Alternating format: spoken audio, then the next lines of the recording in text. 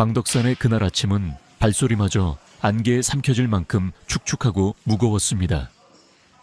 등산객 몇 명이 샛길로 잘못 들어섰고 그들이 처음 마주한 건 뼈가 아니라 너무 정돈된 돌무더기였습니다. 산의 돌은 원래 경사대로 굴러가고 우연히 깨지고 이끼가 제멋대로 붙습니다. 저렇게 빈틈을 메우며 쌓이지 않습니다. 작은 돌들이 틈에 끼워져 있었고 위에는 납작한 돌이 마치 뚜껑처럼 수평으로 얹혀 있었습니다. 누군가 구조를 잠가버린 듯한 모양새였고 한 사람이 등산 스틱으로 조심스레 건드리자 이끼가 벗겨지며 밑면만 유독 젊은 돌 표면이 드러났습니다. 자연이라면 생길 수 없는 최근 몇 년 사이에 손이 닿았다는 흔적이었습니다. 틈이 벌어지는 순간 젖은 금속 같은 냄새와 함께 오래된 비닐이 삭은 냄새가 새어나왔고 사람들은 본능적으로 뒤로 물러섰습니다. 경찰이 도착해 돌을 하나씩 들어 올리자 검게 삭은 방수포 아래에서 흙에 묻은 결혼 반지가 먼저 모습을 드러냈습니다. 반지 안쪽엔 아직 읽을 수 있는 각인이 남아 있었습니다. SYJH/2010년 10월 2일.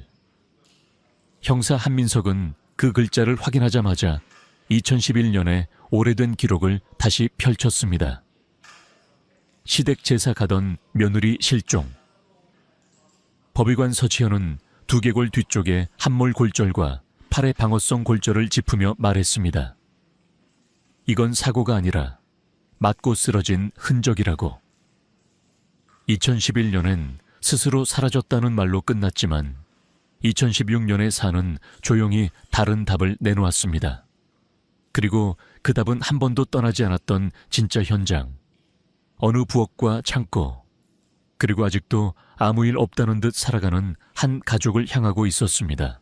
돌무더기가 먼저 말했다.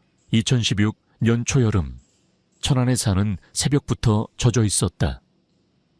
밤새 내린 비가 소나무 잎 끝에 매달려 있다가 한 번씩 툭 떨어졌고 그 물방울이 바위와 흙을 두드리는 소리는 이상할 만큼 또렷했다. 광덕산의 공기는 산 아래보다 한 겹 더 무거웠다. 안개는 길을 가릴 뿐 아니라 사람의 말까지 두껍게 만들었다.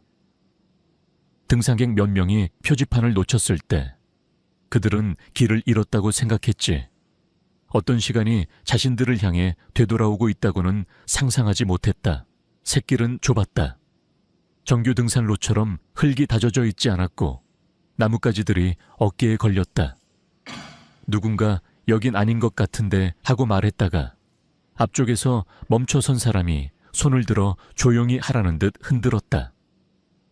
그 순간 그들이 본 것은 뼈도 피도 어떤 명백한 공포도 아니었다. 그저 돌무더기 하나였다. 그런데 돌무더기가 너무 정돈되어 있었다. 산의 돌은 원래 제멋대로 굴러온다.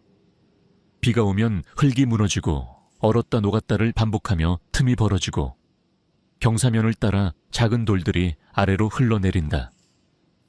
그래서 자연스러운 돌무더기는 항상 방향이 있다. 경사면 쪽으로 길게 늘어지거나 무게중심이 아래로 쏠리거나 돌 크기가 뒤섞인 채 우연히 걸리며 쌓인다. 그런데 눈앞의 돌무더기는 방향이 없었다. 오히려 누군가가 형태를 만들었고 그 형태를 유지하려고 손을 썼다. 가장 위에는 납작한 돌 하나가 수평으로 얹혀 있었다. 덮개처럼. 산의 돌이 스스로 저렇게 뚜껑 모양을 만들기는 어렵다. 더 이상한 것은 그 아래였다. 큰 돌들 사이의 틈이 작은 돌들로 촘촘히 메워져 있었다. 마치 흔들리지 않게 고정하려는 쐐기 같았다. 등산객 중 한 명이 낮게 말했다. 이거 누가 쌓아놓은 거 아닌가요? 그 말은 질문처럼 들렸지만 이미 답에 가까웠다. 그들은 가까이 다가가면서 본능적으로 발을 조심했다. 돌무더기 주변의 흙은 생각보다 단단했다. 오래 밟히지 않은 흙이라기엔 지나치게 눌려 있었다. 누군가 한 번쯤은 여기서 시간을 보냈다는 뜻이었다. 그리고 이끼가 이상했다. 돌 위쪽은 이끼가 두껍게 붙어 있었다. 그건 자연스러웠다. 문제는 이끼의 연속성이 끊기는 자리였다. 어떤 돌의 한쪽 면만 유독 깨끗했고 표면이 젖은 유리처럼 매끈하게 보였다. 오래 비바람을 맞은 돌이라면 표면이 그렇게 맨살처럼 드러나지 않는다. 누군가 뒤집었거나 닦았거나 최근에 손이 닿았다. 한 사람이 등산 스틱으로 돌무더기 가장자리의 작은 돌 하나를 살짝 밀었다. 살짝이라는 말이 무색하게 작은 돌은 생각보다 쉽게 빠져나왔다. 그 순간 돌 사이의 틈이 아주 얇게 벌어졌다. 공기가 바뀌었다. 산의 공기에는 보통 흙 냄새와 나무 냄새가 섞여 있다. 젖은 쏘립, 이끼, 축축한 바위 냄새. 그런데 그 틈 사이로 그런 익숙한 냄새들이 잠깐 물러나고 낯선 냄새가 끼어들었다. 젖은 금속 같은 냄새였다.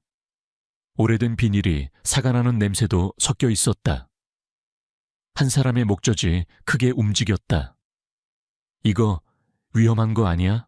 누군가 112에게 전화를 걸었다. 통화가 연결되는 동안에도 그들은 돌무더기에서 눈을 떼지 못했다. 눈앞의 돌들은 갑자기 물건이 아니라 의도처럼 보이기 시작했다. 누군가의 손이 닿아야만 만들 수 있는 형태. 누군가가 숨기고 싶어서 숨길 수 있다고 믿어서 쌓은 돌. 그리고 산은 오랫동안 그 믿음을 받아들여 준 것처럼 조용했다. 경찰차가 산 입구에 도착했을 때 해는 아직 완전히 올라오지 않았다. 파란 경광등이 안개에 번져 흐릿한 원을 만들었다. 현장에 먼저 올라온 순찰 2명이 등산객의 안내를 받아 샛길로 들어섰다. 그들은 돌무더기를 보는 순간 서로 눈을 마주쳤다. 이거 치워야 합니다. 아무도 손대지 마세요. 말투는 차분했지만 손짓은 빠르고 단호했다. 곧 노란 폴리스 라인이 나무 사이에 걸리기 시작했고 이 길은 산의 일부가 아니라 다른 세계의 입구가 되었다. 형사 한민석이 도착한 건 그로부터 1시간 뒤였다. 그는 천안서 강력팀에서 올라온 사람이었고 산을 오르는 동안 내내 핸드폰을 귀에 붙이고 있었다. 현장 보존됐죠. 사진부터. 네, 손대지 말고요. 법의도 올라옵니까? 알겠습니다. 통화를 끊고 숨을 고르는 사이 그의 코끝에도 냄새가 붙었다.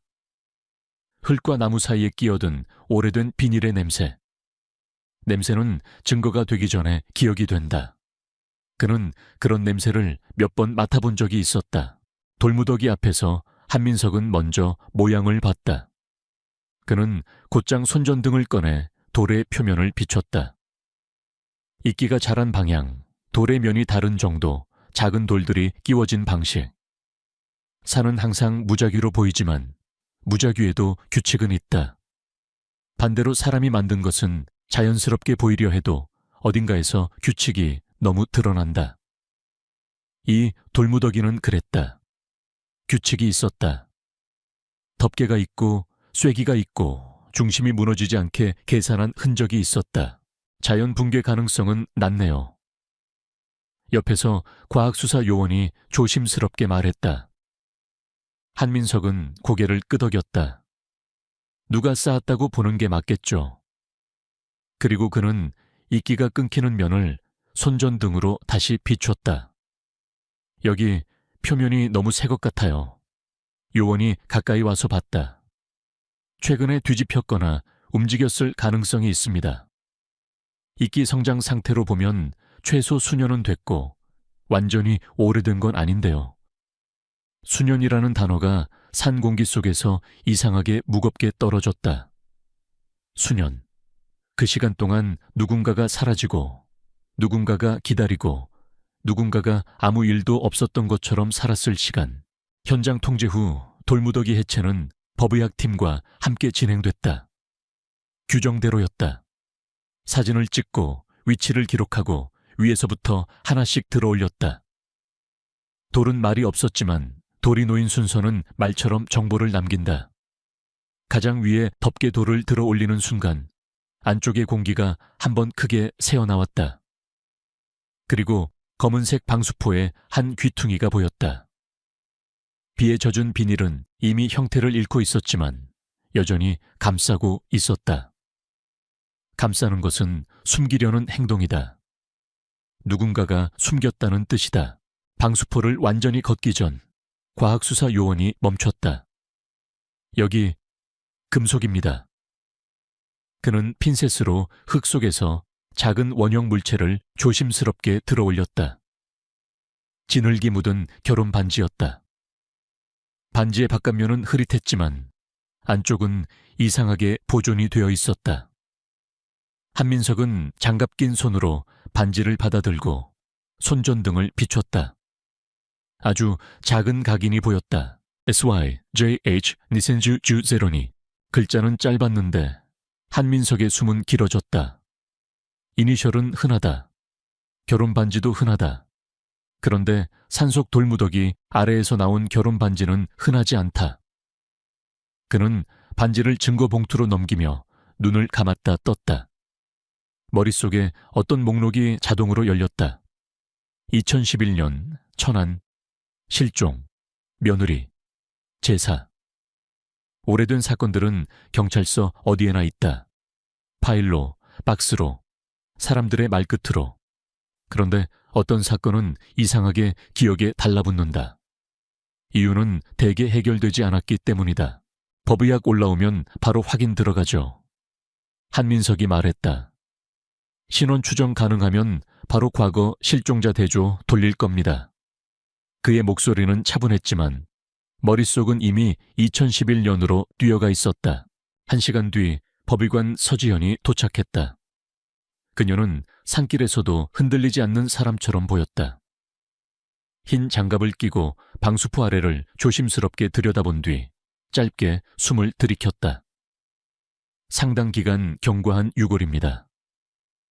그녀의 말은 단정했고 단정함은 공포를 더 현실로 만든다. 그녀는 두개골 쪽을 먼저 살폈다. 여기 후두부에 함몰 골절 흔적이 있습니다. 한민석이 몸을 조금 기울였다. 사고로 생길 수 있는 형태인가요? 서지현은 고개를 저었다. 높은 곳에서 추락해 부딪힌 골절과는 양상이 다릅니다. 특정 부위에 집중되어 있고 타격에 의한 패턴에 가깝습니다. 그녀는 이어 팔 쪽을 가리켰다. 왼쪽 척골 쪽에 방어성 골절로 보이는 흔적도 있어요. 팔을 들어 막으려다 생기는 경우가 있습니다. 말이 끝나는 순간 산의 소리가 잠깐 멀어졌다. 나무십 사이를 지나던 바람도 멀리서 들리는 새소리도 잠깐 한 겹 뒤로 밀려났다. 사고가 아니라 한민석이 낮게 말했다. 서지현은 그 말을 끝까지 듣지 않고 대신 정확한 단어를 얹었다. 타살 가능성이 매우 높습니다. 그리고 그녀는 덧붙였다. 시간 경과는 최소 4년 이상, 최대 6년에서 7년 정도로 추정됩니다. 환경이 산지라 부패 양상이 달라 추정 오차는 있지만 대략 그 정도로 보입니다. 4년에서 6년.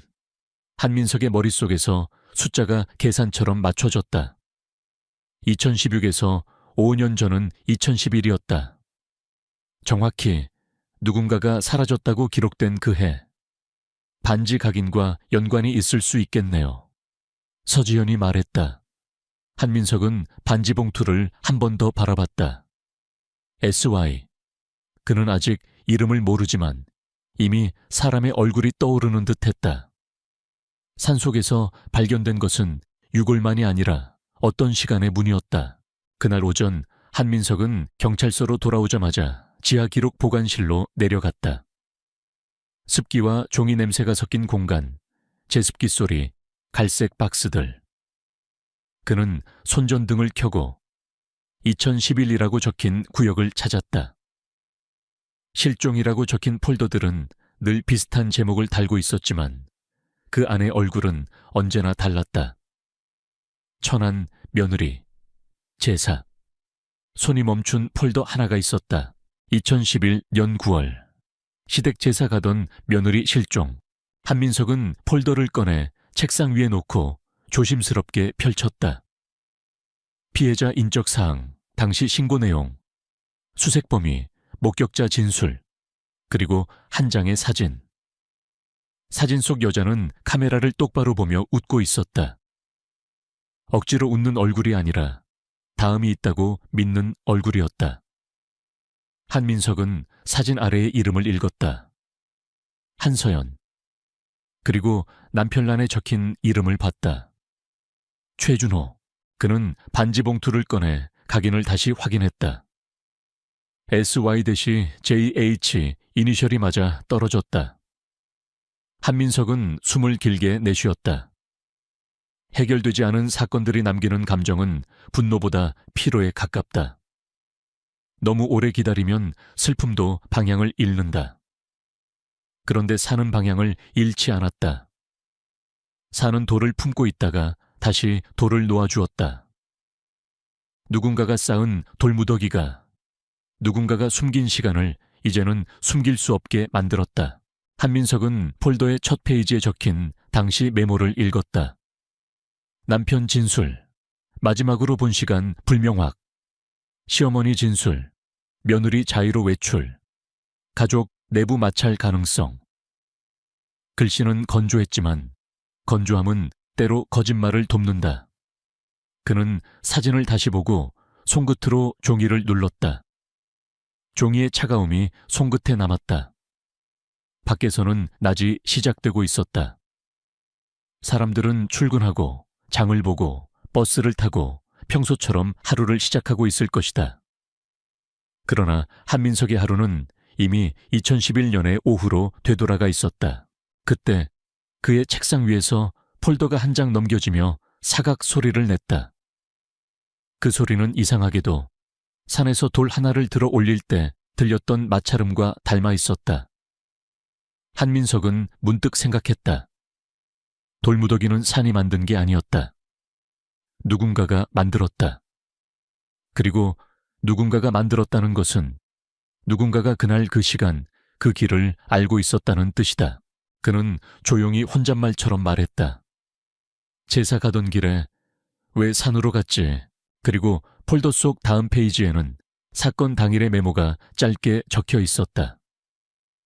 17시 40분 전후 가택 내 창고 출입 가능성. 한민석은 그 숫자를 가만히 바라보다가 마치 누군가가 산속 돌무더기 틈으로 숨을 들이쉬는 소리를 들은 것처럼 아주 작게 숨을 멈췄다. 웃음소리가 멈추지 않던 오후 17시 40분 2011년 9월. 성환읍의 오후는 이상하게도 계절을 잘못 알고 있는 것처럼 눅눅했다. 비가 온 것도 아닌데 공기가 피부에 달라붙었고 마당의 흙은 발바닥에 묻지도 않으면서 묘하게 무거운 냄새를 품고 있었다. 시댁 마당에는 제사상에 올릴 과일 상자가 가지런히 놓여 있었고 부엌 창문 틈으로는 들깨가루와 간장, 삶은 고기의 냄새가 섞여 흘러나왔다. 누군가에게는 집안 행사라는 말로 한 줄 요약될 하루였지만 한서연에게 그날은 처음부터 작은 균열들을 품고 시작했다. 서연은 부엌에서 마지막으로 전을 뒤집는 시어머니의 손을 보았다. 손목에는 힘줄이 선명했고 손등에는 오랜 세월 칼과 불을 다루며 생긴 잔흔이 남아있었다. 시어머니 강영자는 말이 많지 않았다. 대신 말이 없어야 하는 순간을 정확히 알고 있었다. 며느리가 도마 위에 팔을 올려두는 각도, 젓가락을 놓는 방향, 제기 위에 올리는 과일의 순서 같은 것들을 지적하지 않으면서도 묘하게 틀렸다는 공기를 만들어 서연의 손을 더 조심스럽게 만들었다. 서연아, 거기 접시 말고 그거, 금태 두른 거. 시어머니는 부엌을 떠나지 않은 채로도 집 전체를 움직였다.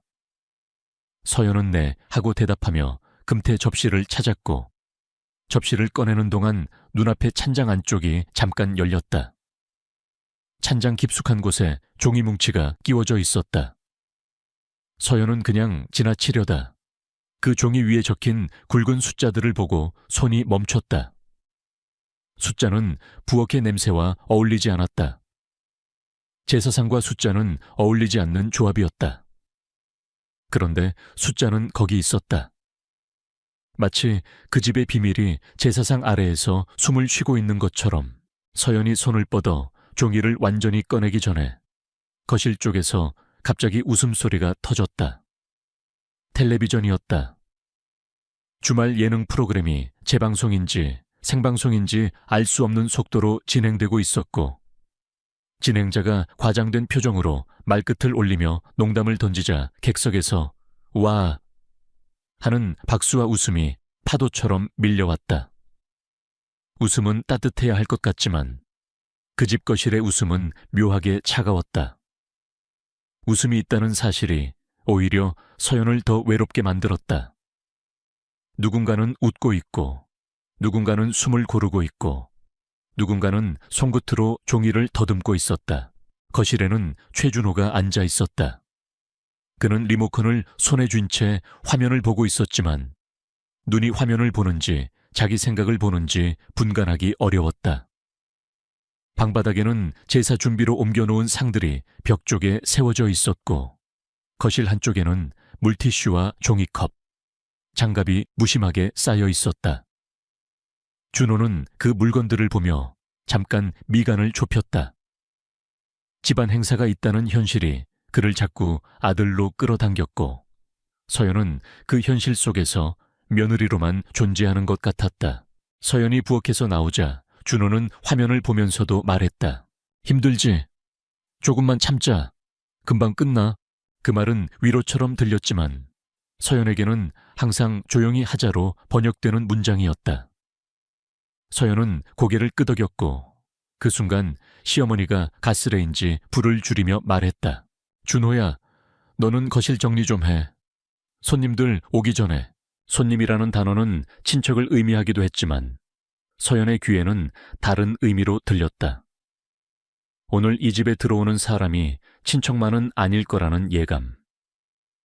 예감은 보통 근거가 없어 보이지만 근거가 없어서 더 정확할 때가 있다. 서연은 낮게 숨을 들이켰다. 그리고 다시 부엌으로 들어가려는 순간 현관 쪽에서 문이 열리는 소리가 났다. 문은 크게 열리지 않았다. 누군가 바깥에서 아주 조심스럽게 집안의 시선을 피해 들어오는 듯한 소리였다. 서연이 고개를 돌리는 것보다 시어머니가 먼저 움직였다. 강영자는 이해할 수 없을 만큼 빠르게 앞치마 끈을 풀고 부엌을 나가 현관 쪽으로 걸었다. 준호도 리모컨을 내려놓고 일어났다. 거실의 웃음소리는 계속되었다. TV 속 사람들은 아무것도 모르는 얼굴로 웃고 있었다. 현관 앞 시어머니와 낯선 남자가 아주 짧게 말을 섞었다. 서연은 문틈 사이로 그 남자의 등만 봤다. 흰 셔츠가 아니라 어두운 점퍼였고 손에는 얇은 서류봉투 같은 것을 들고 있었다. 남자는 머리를 숙이고 무언가를 건넸고 시어머니는 그걸 주머니에 넣으며 고개를 작게 끄덕였다. 그 장면은 손님이라기보다는 정산 같았다. 돈이든 종이든 비밀이든 무언가가 오갔다. 남자가 나간 뒤 시어머니는 아무 일도 없었다는 듯 다시 부엌으로 돌아왔다. 손은 조금 떨렸지만 떨림은 곧장 평정으로 덮였다. 강영자는 삶을 그렇게 살아온 사람처럼 보였다. 흔들리는 것을 들키지 않는 법을 너무 오래 배운 사람. 서연은 그 떨림을 받고 자신이 방금 찬장에서 보았던 숫자들을 떠올렸다. 숫자가 사람의 삶을 조여오는 방식은 늘 조용하다. 조용해서 더 위험하다. 서연은 부엌 싱크대 아래 서랍을 열어 행주를 꺼내다가 손끝에 거칠게 접힌 종이가 닿는 것을 느꼈다. 서랍 안쪽에 아까 찬장에서 보았던 것과 비슷한 종이 뭉치가 또 있었다. 이번엔 더 가까웠고 더 노골적이었다. 서연은 숨을 삼키고 종이를 펼쳤다. 날짜 옆에 금액, 금액 옆에 이름. 그리고 그 이름 중 하나가 서연의 이름과 너무 닮아 있었다.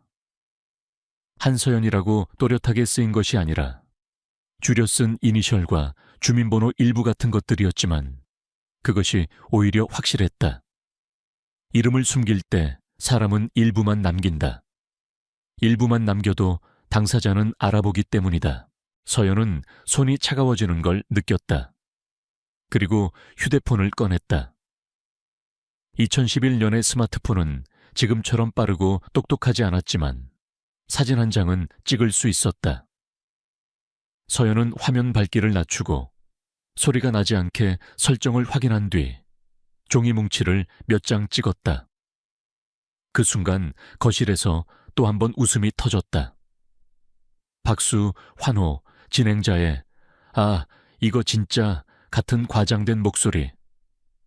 서연은 그 웃음소리가 마치 벽을 두드리는 것처럼 느껴졌다. 웃음이 계속되는 동안 어떤 일은 더 쉽게 없던 일이 된다. 서연은 그게 무서웠다. 세어연아, 시어머니의 목소리가 너무 가까이서 들려 서연은 심장이 한 번 크게 내려앉는 걸 느꼈다. 서연이 뒤를 돌아보자 강영자가 서 있었다. 표정은 평소와 다르지 않았다. 그러나 눈동자는 달랐다. 눈동자는 질문이 아니라 확인이 있었다. 며느리가 무엇을 봤는지, 어디까지 봤는지, 지금 손에 무엇을 쥐고 있는지 확인하려는 사람의 눈. 거기 뭐 하니? 서연은 휴대폰을 손바닥 안으로 더 깊게 감췄다. 그냥 행주 찾고 있었어요. 말은 자연스럽게 나왔지만 목소리는 자연스럽지 않았다. 자연스러움은 훈련이 필요하다.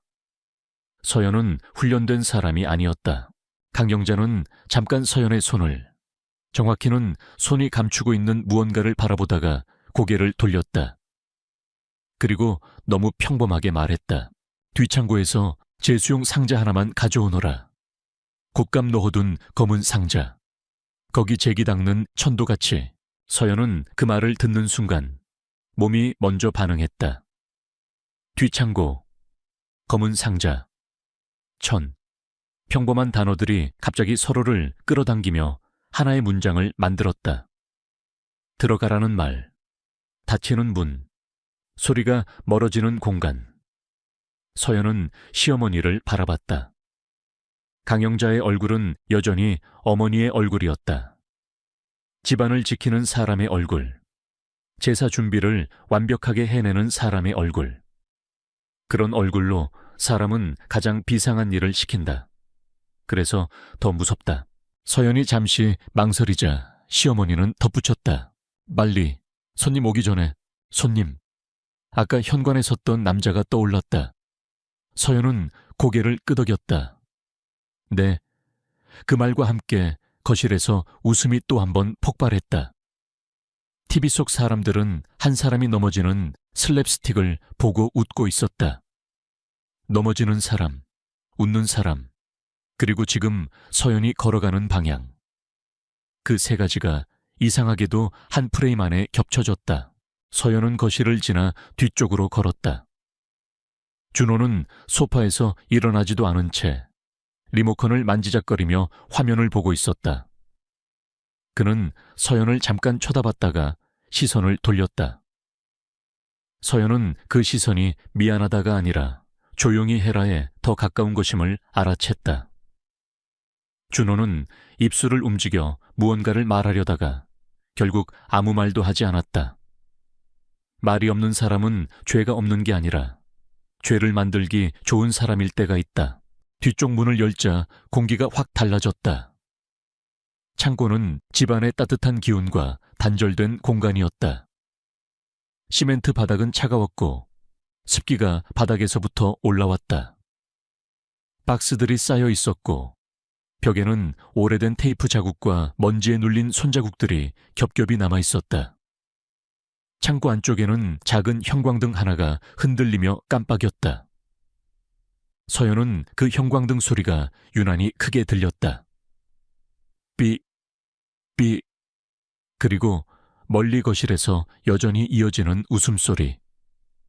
그 웃음소리는 문 하나를 사이에 두고도 멈추지 않았다. 서연은 검은 상자를 찾기 위해 박스를 뒤적였다. 손이 떨렸다. 떨림은 추위 때문이 아니라 몸이 이미 위험을 감지했기 때문이었다. 그녀는 상자 사이에서 검은 플라스틱 상자를 찾았고 그 뚜껑을 열려는 순간 뒤쪽 문이 아주 조용히 닫히는 소리를 들었다. 깔깍! 잠금 장치가 걸리는 소리였다. 소리는 짧았지만 그 짧음이 창고를 더 좁게 만들었다. 서연은 숨을 멈추고 돌아봤다. 문 앞에 그림자가 서 있었다. 형광등이 흔들리는 빛 아래 그림자는 사람의 형태를 유지한 채 조금씩 커졌다. 서연은 그 순간 머릿속에 이상하게도 시간이 떠올랐다. 지금이 몇 시인지 정확히 모르는 상태에서 왜인지 모르게 17시 40분이라는 숫자가 번쩍였다. 마치 누군가가 그 숫자를 그녀의 머릿속에 미리 적어둔 것처럼. 에어뮤니? 서연의 목소리는 생각보다 작게 나왔다. 대답 대신 그림자가 한 걸음 더 들어왔다. 그리고 그 뒤 거실에서 TV가 터뜨린 웃음이 한 번 더 큰 파도로 밀려왔다. 마치 누군가가 웃음으로 이 집의 현실을 덮어버리려는 것처럼.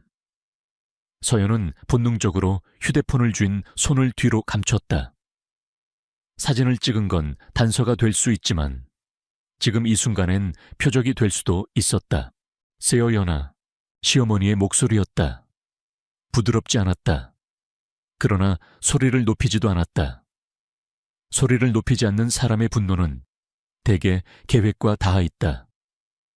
서연은 검은 상자를 든 채 한 걸음 뒤로 물러났다. 발뒤꿈치가 시멘트 바닥에 물기 위해서 미끄러질 뻔했고 그녀는 균형을 잡기 위해 왼손을 들어 올렸다. 그때 시어머니의 손에 들린 것이 형광등 아래에서 잠깐 번쩍였다. 금속, 둔한 광택, 부엌의 도구가 아닌 무게로 쓰이는 물건. 그거 봤니? 강경자가 묻는 말은 질문이 아니었다. 확인이었다. 서연은 대답 대신 숨을 크게 들이켰다. 제가 잘못 본 거면 말을 이어가려던 순간 창고 바깥에서 준호의 발소리가 들렸다. 거실 쪽에서 걸어오는 소리. 서연의 눈이 반사적으로 문 쪽으로 향했다. 준호야. 그녀는 그 이름을 입 밖에 내지 못했지만 입술이 그 모양을 만들었다. 그러나 발소리는 문 앞에서 멈췄다. 그 멈춤이 더 무서웠다. 누군가 문 앞에 서서 안에서 벌어지는 일을 들으면서도 들어오지 않는다는 뜻이었다. 그리고 그 순간 TV에서 또 한 번 웃음이 터졌다. 객석의 박수 소리, 진행자의 과장된 감탄, 그 모든 소리가 문 너머에서 얇게 스며들며 창고 안의 공기를 더 차갑게 만들었다. 서연은 알았다. 이 집에서 가장 먼저 다치는 건 문이 아니라 사람의 마음이라는 것을. 그때 시어머니가 한 발을 내디뎠고 서연이 왼손을 더 높이 들었다. 그리고 형광등이 한 번 크게 깜빡이며 그림자를 뭉개는 순간 서연은 마지막으로 문을 바라봤다. 문 너머의 준호가 움직이기만 하면 이 모든 것은 달라질 수 있었다. 서연은 그 가능성 하나에 기대어 숨을 들이켰다. 하지만 문은 열리지 않았다. 대신 아주 짧고 둔한 소리가 창고 안에 울렸다. 소리는 크지 않았다. 오히려 너무 작아서 거실의 웃음이 그 소리를 잠깐 덮어버릴 정도였다. 그래서 더 끔찍했다. 누군가 넘어지면 웃는 소리, 누군가 쓰러지면 웃음이 이어지는 소리, 그리고 문 하나를 사이에 둔 침묵. 서연의 시야가 흔들렸고 검은 상자가 손에서 미끄러져 바닥에 떨어지며 가볍게 튕겼다. 시어머니의 숨이 가까이에서, 너무 가까이에서 들렸다. 그리고 문 밖 준호의 숨도 들렸다. 들어오지 않는 사람의 숨은 늘 얕다. 들키지 않으려는 숨이기 때문이다. 서연은 바닥의 차가운 습기를 느끼며 손끝을 움직였다. 무엇이든 남겨야 한다는 생각이 본능처럼 떠올랐다. 사진은 이미 찍었다. 하지만 사진은 지금 여기서 그녀를 구해주지 못한다. 그녀는 손톱을 세워 검은 상자의 바닥 쪽을 더듬었다. 얇은 금속 조각 같은 것이 손끝에 닿았다. 그녀는 숨을 참은 채 손톱으로 그 표면을 긁기 시작했다. 글자가 되지 못해도 괜찮았다. 의미만 남으면 된다. 누군가가 읽을 수 있는 흔적만 남으면 된다. 그때 아주 낮은 목소리가 창고 안을 눌렀다. 시어머니의 목소리였다. 네가 여기까지 볼 줄은 몰랐다. 그리고 그 말 뒤 문 밖에서 준호가 아주 작게, 거의 들리지 않게 말했다. 누구에게 하는 말인지, 자기 자신에게 하는 말인지 알 수 없는 목소리로. 이엄아. 서연은 그 한 음절을 듣는 순간 모든 것이 확정되는 느낌을 받았다. 이건 우발이 아니라 선택이었다. 문이 열리지 않는 이유도, 웃음소리가 멈추지 않는 이유도, 지금이 17시 40분이라는 이유도. 서연은 눈을 감았다 뜨며 손톱으로 남긴 긁힌 자국을 마지막으로 한 번 더 확인하듯 문 쪽으로 시선을 던졌다. 거실의 웃음은 끝내 멈추지 않았다. 닫힌 문 바깥에서 선택이 완성됐다. 창고 안의 형광등은 끝까지 깜빡였다. 삐 하고 한 번 길게 울리다가 빛이 얇아지고 다시 켜지고, 그 반복이 마치 시간의 심장박동 같았다. 서연은 바닥에 쓰러진 채로 한쪽 뺨이 차가운 시멘트에 붙어 있었다. 눈앞이 흐려졌고 귓께서는 거실의 웃음소리가 여전히 끈질기게 들려왔다. 사람이 웃는 소리는 원래 따뜻해야 하는데 그날은 웃음이 벽처럼 차가웠다. 멀리서 들리는 박수와 환호가 창고 문틈을 타고 들어와 서연의 숨을 눌렀다. 강영자는 서연의 머리맡에 서서 한동안 아무 말도 하지 않았다. 그 침묵이 더 무서웠다. 소리를 지르거나 울거나 뭔가를 변명하면 오히려 현실이 흔들리는데 강영자는 흔들리지 않았다. 그녀는 어머니라는 얼굴을 벗지 않은 채로 어머니가 해서는 안 될 일을 한 사람의 눈빛을 하고 있었다. 서연의 손가락은 여전히 검은 상자 바닥을 더듬고 있었다. 방금 긁어낸 금속 표면엔 얕은 흔적이 남아 있었다. 글자라기엔 너무 짧고 선이라기엔 너무 떨리는 자국. 하지만 서연은 그 자국이 누군가에게는 문장이 될 수 있다고 믿었다. 그래서 손끝이 마지막까지 움직였다. 문 밖에서 준호의 숨이 들렸다. 그 숨은 들어오려다 멈춘 사람의 숨이었다. 발소리는 문 앞에서 멈춰 있었고 문 손잡이가 돌아가는 소리는 나지 않았다. 그 침묵은 의도였다. 준호가 문을 열지 않는다는 사실이 이미 창고 안의 모든 것을 바꿔놓았다. 준호야. 강영자의 목소리는 낮았다. 부엌에서 전을 뒤집던 목소리와 같았다. 단지 온도가 달랐다. 준호는 대답 대신 문 너머에서 한 번 크게 숨을 삼켰다. 거실 TV에서 또 한 번 웃음이 터졌고 그 웃음이 준호의 숨소리를 잠깐 덮었다. 마치 이 집이 아무 일도 없었다는 소리를 계속 만들어내고 있는 것 같았다. 눌러와. 강영자가 말했다. 이번엔 명령이었다. 준호는 문고리를 잡았고 천천히 돌렸다. 잠금이 풀리는 찰칵 소리가 났다. 문이 열리자 창고 안의 냉기가 거실 쪽으로 흘러나갔다. 준호는 문턱을 넘으며 서연을 봤다. 그리고 그 순간 그의 얼굴에서 무언가가 꺼졌다. 놀람이나 공포가 아니라 돌이킬 수 없다는 사실을 받아들이는 표정이었다. 이엄아. 그 한 음절이 공기 속에 남았다. 강영자는 준호를 바라보지 않았다. 대신 서연의 손에서 휴대폰이 어디 있는지, 종이들이 어디 있는지, 바닥에 떨어진 검은 상자 뚜껑이 어디로 굴러갔는지 사소한 것들을 먼저 확인했다. 사소한 것들이 나중에 사람을 잡는다. 강영자는 그걸 너무 잘 아는 사람처럼 움직였다. 왔어? 준호가 떨리는 목소리로 말했다. 서연이 죽었는지 살았는지 엄마가 뭘 했는지 묻는 말이 아니었다. 이게 진짜냐는 확인이었다. 강영자는 준호를 그제야 올려다봤다. 눈빛은 차갑지 않았다. 오히려 이상하게도 단정했다. 단정한 눈빛은 사람을 더 쉽게 설득한다. 네가 문을 열었으면. 강영자는 아주 짧게 멈췄다가 지금 이 집은 끝났을 거다. 준호는 입술을 떨었다. 서연이는, 강영자는 서연의 목에 손끝을 대지 않았다. 그런 장면은 영화에서나 하는 것이다. 대신 그녀는 서연의 얼굴을 한번 바라보고 바닥을 보며 말했다. 움직이지 않아. 그 말은 결론처럼 떨어졌다. 그리고 결론은 곧 계획을 부른다. 준호는 한 걸음 다가갔다. 서연의 손끝에 남은 얕은 긁힌 자국이 보였다. 준호의 시선이 그 자국에 닿는 순간 강영자가 먼저 검은 상자를 주워 들었다. 그녀는 뚜껑을 닫고 상자를 서랍 안쪽으로 밀어 넣었다. 마치 상자가 원래부터 거기에 있었던 것처럼 모든 것을 제자리로 되돌렸다. 그 제자리는 진실이 아니라 사람들 눈에 보이는 일상의 자리였다. 지금부터는 강영자가 말했다. 네가 해야 할 일이 있어. 준호는 고개를 들었다. 강영자는 창고 바닥에 떨어진 서연의 휴대폰을 발로 살짝 밀어 자기 쪽으로 가져왔다. 화면은 꺼져 있었지만 휴대폰은 무게가 있었다.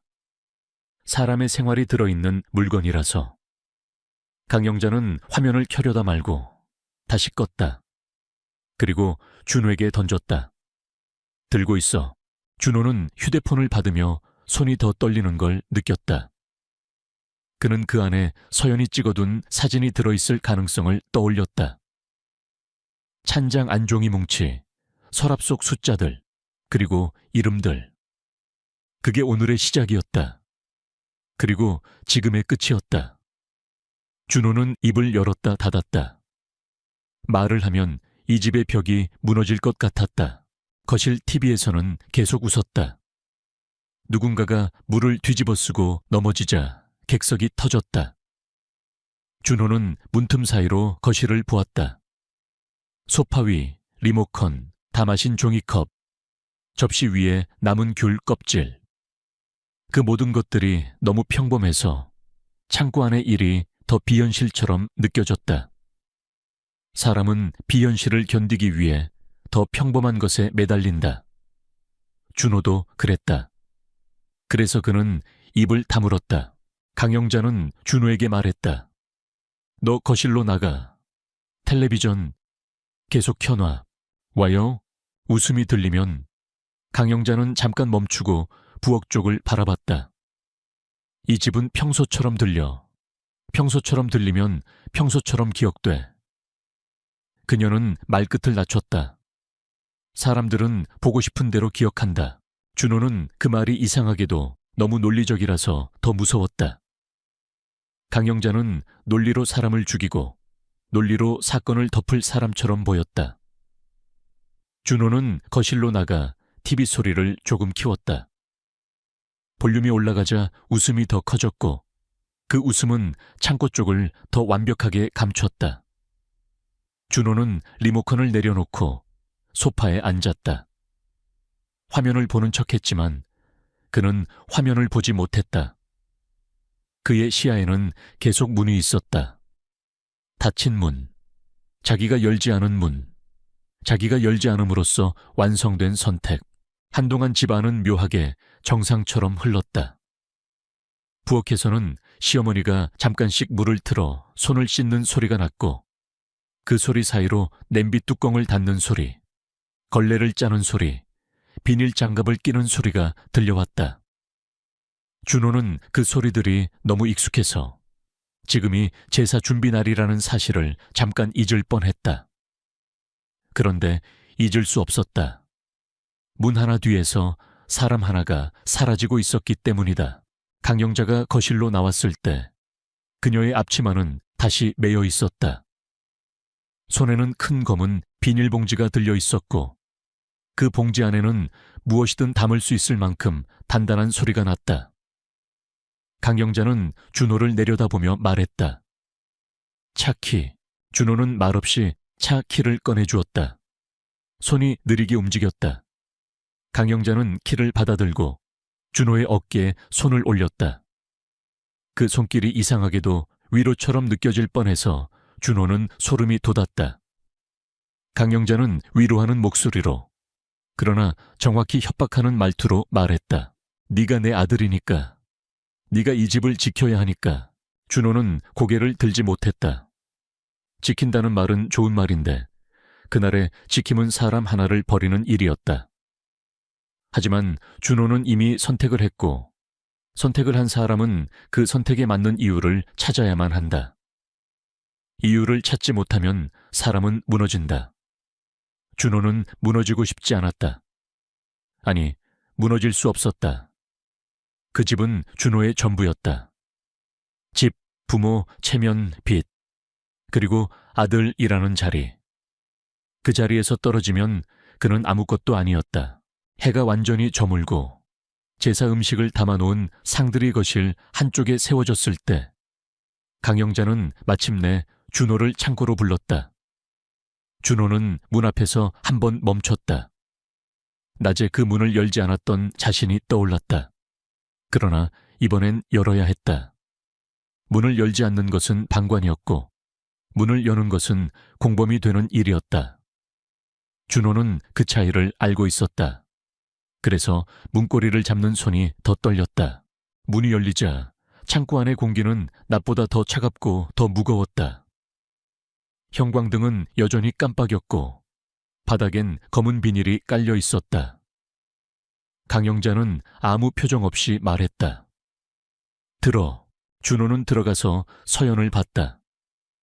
낮과 달라진 것은 서연이 이제 사람이 아니라 움직여야 하는 무엇처럼 보인다는 사실이었다. 그런 생각이 떠오르는 순간 준호는 자기 자신이 혐오스러워졌다. 하지만 혐오로는 아무것도 바뀌지 않았다. 강영자는 이미 다음 단계로 가 있었다. 산으로 갈 거야. 준호는 고개를 들었다. 왜? 산이에요. 강영자는 잠깐 준호를 바라보더니 말했다. 물은 흔적을 남겨, 길도 남겨, 산은 남겨도 오래 걸려. 그녀는 말끝을 흐리지 않았다. 찾더라도 오래 걸릴수록 사람들은 포기한다. 준호는 그 말을 듣고 낮에 서연이 봤던 종이 뭉치를 떠올렸다. 숫자들, 이름들, 날짜들. 그 집이 가진 비밀은 이미 포기를 먹고 자란 비밀 같았다. 누군가는 포기했고 누군가는 침묵했고 그 위에 집은 계속 돌아갔다. 준호는 그 메커니즘을 이해해버렸다. 이해해버리면 도망치기 더 어렵다. 그날 밤 준호의 차는 시댁 마당을 조용히 빠져나갔다. 시골길은 가로등이 드물었고 비가 오지 않았는데도 도로는 어딘가 젖어 보였다. 공기 중의 습기가 빛을 먹어버리는 밤이었다. 트렁크 안에는 검은 방수포로 감싼 것이 들어있었고 그 위에 제사 음식용 박스들이 덮여 있었다. 겉으로 보면 평범한 장복이었다. 제사 준비를 마친 집이 다음 날 아침을 대비해 무언가를 옮기는 것처럼 보였을 것이다. 강영자는 앞좌석에 앉아 있었다. 그녀는 안전벨트를 매고 창밖을 보며 말했다. 평소처럼 운전해. 평소처럼. 준호는 평소처럼이라는 말이 가장 잔인하다는 걸 그날 처음 알았다. 살면서 가장 무서운 일이 평소처럼 진행되는 순간이다.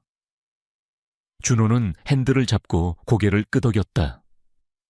눈물이 나올 것 같았지만 눈물도 소리처럼 흔적을 남길 것 같아 그는 삼켰다. 광덕산으로 향하는 길은 점점 어두워졌다. 길게는 가끔 작은 편의점 불빛이 지나갔고 트럭 한 대가 반대편에서 지나가며 헤드라이트로 준호의 얼굴을 잠깐 비췄다. 그 찰내 준호는 자기 얼굴이 낯설게 느껴졌다. 평소에 자기 얼굴이 아닌 어떤 일을 저지른 사람의 얼굴. 그러나 그 얼굴도 곧 어둠 속으로 사라졌다. 어둠은 사람의 표정을 지워준다. 산입구 근처 사람들이 덜 다니는 주차 공간에 차를 세운 뒤 강영자는 준호에게 장갑을 건넸다. 비닐 장갑이 아니라 두꺼운 작업용 장갑이었다. 준호는 장갑을 끼며 손가락 마디가 뻣뻣해지는 걸 느꼈다. 강영자는 담담하게 말했다. 돌이 필요해. 준호는 산속에서 돌을 주워오며 생각했다. 왜 돌이어야 하는지, 왜 굳이 이렇게까지 하는지. 그러나 그의 질문은 끝까지 입 밖으로 나오지 않았다. 질문을 하는 순간 그는 멈춰야 하고, 멈추는 순간 그는 엄마를 배신해야 했다. 준호는 배신할 수 없었다. 이미 문을 열지 않았으니까, 이미 웃음소리를 키웠으니까, 이미 차를 몰았으니까. 공범은 단계적으로 만들어지고 어느 순간에는 돌이킬 수 없는 선이 생긴다. 준호는 그 선을 여러 번 넘고 있었다. 그들은 샛길로 들어가 사람의 발길이 드문 곳을 골랐다. 강영자가 앞장섰다. 산을 아는 사람처럼 길을 찾는데 망설임이 없었다. 준호는 그 점이 이상했다. 왜 어머니는 이렇게 길을 잘 아는가? 그러나 그 질문도 삼켰다. 질문은 때때로 진실보다 더 위험하다. 방수포를 내려놓고 돌을 쌓는 과정은 조용했다.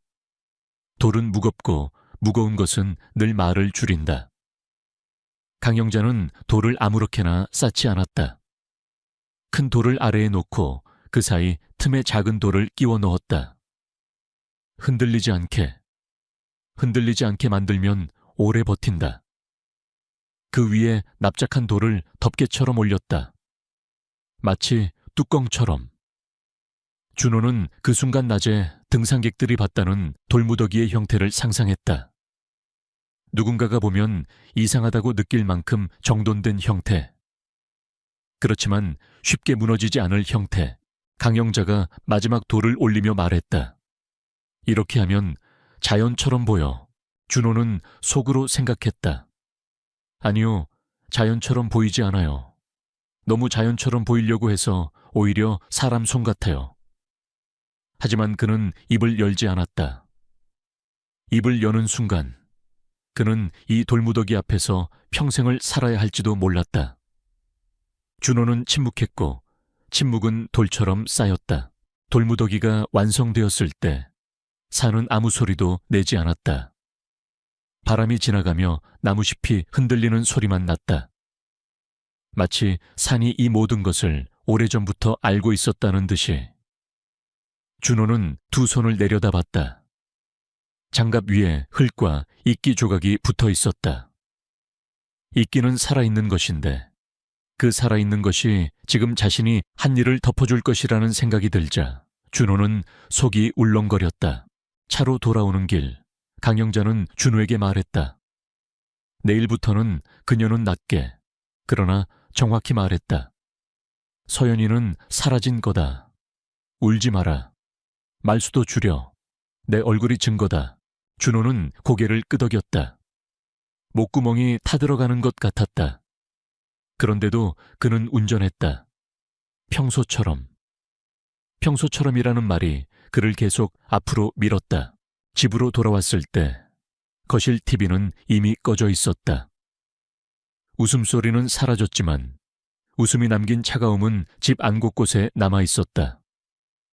준호는 신발을 벗고 거실 바닥을 밟았다. 낮과 똑같은 바닥인데 이제는 다른 바닥 같았다. 강영자는 부엌으로 들어가 손을 씻었다. 물이 흐르는 소리가 오래 이어졌다. 손을 씻어도 지워지지 않는 것이 있다는 걸 그녀도 알고 있는 것처럼 준호는 자기 방으로 들어가 문을 닫았다. 그리고 서연의 휴대폰을 꺼냈다. 화면을 켜자 잠금 화면에 서연의 사진이 떴다. 웃고 있는 얼굴. 다음이 있다고 믿는 얼굴. 준호는 손가락을 움직여 화면을 넘기려다 멈췄다. 그 안에는 오늘 서연이 찍어둔 사진들이 있을지도 모른다. 종이 뭉치, 숫자, 이름. 그 사진들이 남아있으면 오늘 밤은 끝나지 않는다. 준호는 화면을 더 세게 쥐었다. 삭제 버튼을 누르는 손가락이 떨렸다. 그는 결국 삭제했다. 여러 번 확인도 했다. 그리고 한 번 더. 마치 많이 지우면 완전히 사라질 거라고 믿는 사람처럼. 하지만 삭제된 것은 사진만이 아니라 준호가 스스로에게 하고 싶은 변명들이기도 했다. 변명은 지워지지 않았다. 변명은 남는다. 남아서 언젠가 다시 떠오른다. 그날 밤 준호는 거의 잠들지 못했다. 창문 밖으로 새벽 공기가 조금씩 밝아오고 멀리서 닭 우는 소리가 들렸다. 세상은 평소처럼 아침을 맞고 있었다. 평소처럼이라는 말이 또 한 번 준호의 가슴을 찔렀다. 그리고 준호는 알지 못했다. 2011년에 지운 사진이 2016년에 어떤 기술 앞에서 완전히 사라지지 않았다는 것을. 사람이 지운 것은 사라지는 게 아니라 더 깊은 곳으로 숨어 그림자가 된다는 것을. 지워진 것은 사라지지 않는다. 2016년 천안서 과학수사계 지하 포렌식실은 늘 형광등이 먼저 깨어 있었다. 바깥은 한낮인데도 그 방은 시간대를 따로 쓰는 듯했고 에어컨 바람이 종이와 플라스틱 냄새를 얇게 섞어 놓았다. 한민석은 법의관 서지현이 작성한 1차 소견서를 들고 포렌식 팀장 김도현의 자리 앞에 섰다. 김도현은 모니터 2대를 켜놓고 있었고 한쪽 화면엔 증거물 목록이, 다른 쪽엔 현장 사진이 떠 있었다. 사진 속 돌무더기는 여전히 너무 정돈돼 있었다. 산이 만든 무작위가 아니라 사람이 만든 규칙.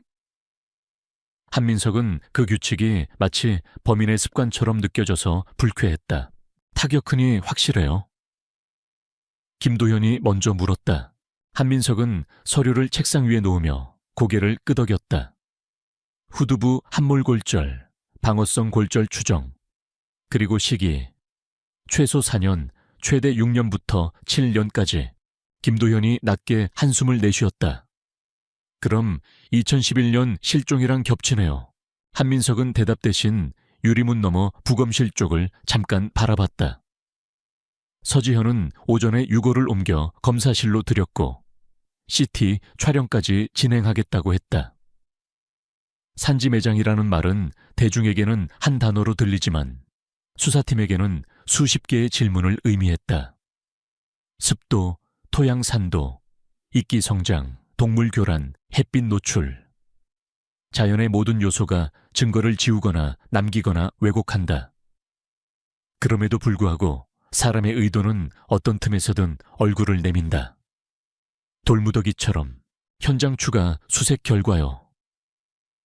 김도현이 마우스를 움직이며 다른 사진을 띄웠다. 반지 말고도 비닐층 안쪽에서 작은 파우치 하나가 더 나왔습니다. 사진 속엔 흙에 젖어 찌그러진 작은 파우치가 있었다. 지퍼가 반쯤 녹아붙어 있었고 그 안에서 검은 물체가 어렴풋하게 드러났다. 한민석은 목이 마른 듯 침을 삼켰다. 휴대폰이에요. 그가 물었다.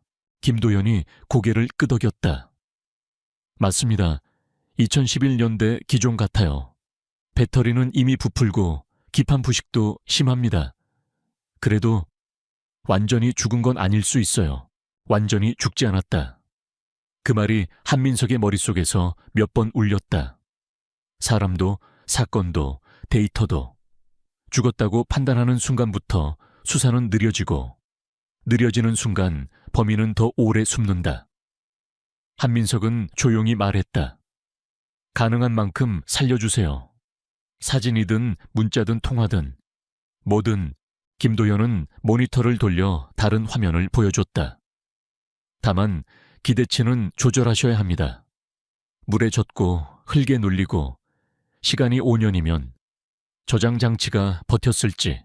그때 뒤에서 문이 열리고 서지현이 들어왔다. 하얀 가운 소매에 약간의 흙빛이 묻어 있었고 그녀는 고글을 벗으며 말했다. CT 결과 나왔어요. 타격 도구가 한 번에 끝내는 형태가 아닙니다. 한민석이 몸을 앞으로 기울였다. 무슨 말씀이죠? 서지현은 차분하게. 그러나 단어는 칼처럼 정확하게 골랐다. 후두부 함몰은 둔기에 의한 단일 타격으로 보이지만 골절선이 단순하지 않아요. 한 번에 강하게 맞고 끝난 게 아니라 쓰러진 뒤에도 추가 압박이 있었을 가능성이 있습니다. 바닥에 눌렸거나 체중이 실렸거나 그 말은 곧 두 사람일 수도 있다는 뜻으로 들렸다. 서지현은 한민석의 눈빛이 바뀌는 걸 읽고 덧붙였다. 추정이에요. 다만 방어성 골절이 있는 만큼 피해자가 저항했고 그 과정이 짧지 않았을 가능성은 큽니다. 한민석은 고개를 끄덕이며 폴더를 다시 펼쳤다. 2011년 9월 한서연 실종. 당시 기록은 늘 그렇듯 가족 진술 중심으로 정리돼 있었다. 남편 최준호는 며느리가 제사 준비 중 기분이 상해 나갔다고 했고, 시어머니 강영자는 자기 속이 상하면 말없이 나가기도 하는 애였다고 했다. 그리고 그 말들이 기록의 중심을 차지했다. 결국 실종은 가출 가능성으로 흐려졌다. 그 흐림은 범인에게 가장 좋은 은신처였다. 이제부터는 한민석이 낮게 말했다. 그 흐림을 걷어내야 합니다. 서지현이 한민석을 바라보며 말했다. 유골의 상태가 알려주는 건 명확해요. 최소한 자의로 사라진 건 아닙니다. 사라지게 한 사람이 있었어요. 그날 오후 한민석은 강력팀 회의실에서 2011년 담당 형사였던 퇴직자에게 전화를 걸었다. 이름은 박상철. 그는 이미 경기도 외곽으로 내려가 작은 정비소를 운영하고 있었고 전화기 너머 목소리는 피곤했다. 하지만 사건 이름을 듣자마자 숨이 잠깐 멈추는 게 들렸다. 한서연, 그 며느리 실종? 예, 그 사건 다시 봐야 합니다. 당시 기록 말고 당시 분위기까지요. 박상철은 잠시 침묵하다가 말했다. 기록엔 다 못 적은 게 있어요. 시어머니가 너무 침착했어요. 울지도 않고 화도 안 내고 정리된 사람 같았죠. 그리고 남편은 뭔가를 계속 훔쳐보고 있었어요. 우리 눈치가 아니라 어머니 눈치. 한민석은 그 말을 메모하며 물었다. 창고는요? 뒷창고 수색 제대로 했습니까? 했죠. 박상철이 말했다. 근데 수색이 끝나고 며칠 뒤에 창고 바닥이 새로 칠해졌다는 얘기가 돌았어요. 마을 사람들 입에서 시멘트 다시 발랐다고. 그때는 그냥 제사 준비 뒤처리라고 생각했죠. 근데 지금 생각하면 한민석은 눈을 감았다 떴다. 시멘트, 돌, 덮어버리는 사람의 습관. 덮는 방식은 다르지만 본질은 같다. 흔적을 자연로 위장하는 것.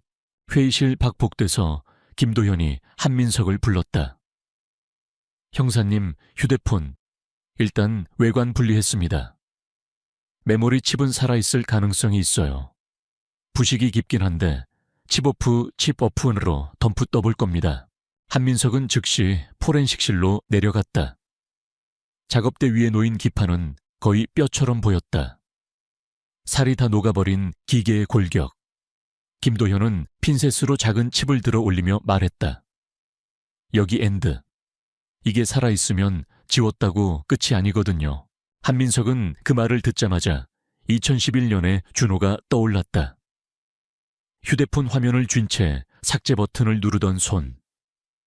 지웠다고 믿는 사람의 눈빛. 그리고 그 믿음이 깨지는 순간의 공포. 2011년엔 김도현이 말을 이었다. 기지국 위치 추적도 지금처럼 정밀하지 않았고 데이터도 오래 보관 안 했습니다. 그래서 당시 수사팀이 찾을 수 없는 것이 많았죠. 그런데 2016년은 달라요. 통신사도 저장 방식이 바뀌었고 저희도 분석 방식이 바뀌었습니다. 한민석이 물었다. 당시 기록이 남아있을까요? 완전한 위치 기록이 아니라도 그림자는 남습니다. 김도현이 모니터를 띄우며 말했다. 예를 들면 기지국 접속 이력의 조각, 핸드오버 로그의 일부, 오래된 요금 정산 데이터. 그걸 퍼즐처럼 맞추는 거예요. 한 사람의 이동이 아니라 이동했음을 증명하는 흔적만으로요. 그 순간 서지현이 말했다. 사람 몸도 비슷합니다. 살아있던 흔적이 아니라 살아있음을 부정하는 흔적으로 결론에 가죠. 한민석은 고개를 끄덕였다. 데이터도 뼈도 거짓말도 전부 조각으로 남아 결국 하나의 형태를 만든다. 포렌식실의 시간은 늘 느리고 느린 대신 잔인하게 정직했다. 몇 시간이 지나고 김도연이 마침내 덤프 파일 일부를 띄웠다. 화면에는 복구된 파일 목록이 흘러내렸고 그중 몇 개는 확장자도 이름도 깨져 있었다. 그러나 김도연은 그런 파일을 가장 먼저 본다.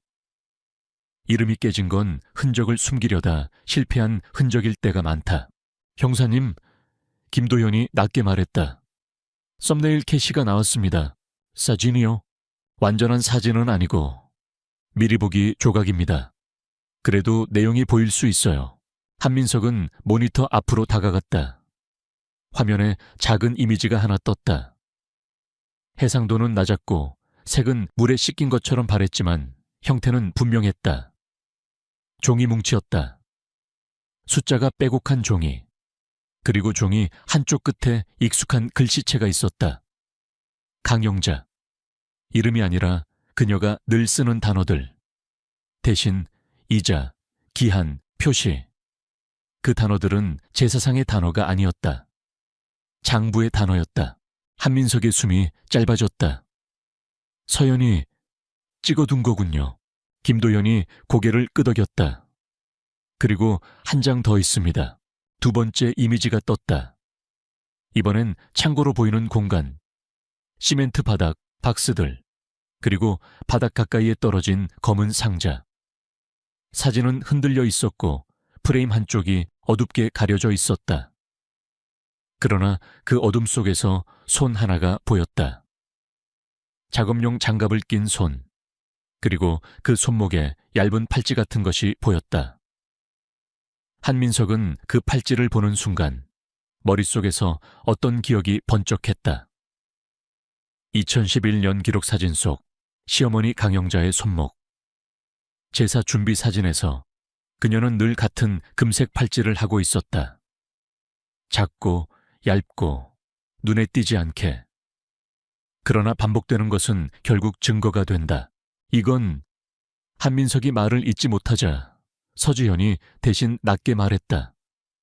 현장성이 있습니다. 최소한 피해자가 마지막으로 있었던 공간이 집안이라는 추정이 더 강해졌어요. 김도연이 손가락으로 화면 아래를 가리켰다. 그리고 이건 더 중요합니다. 사진의 메타데이터가 거의 다 날아갔는데 파일 시스템에 남은 타임스탬프 파편이 있어요. 완전한 시각은 아니지만 17시 4X분대로 보입니다. 한민석은 순간 등골이 서늘해졌다. 17시 40분. 기록에 남은 애매한 시간. 그 시간은 늘 거짓말과 함께 있었다. 거짓말을 하는 사람들은 시간을 정확히 말하지 못한다. 시간을 정확히 말하면 그 시간에 자신이 무엇을 했는지 증명해야 하기 때문이다.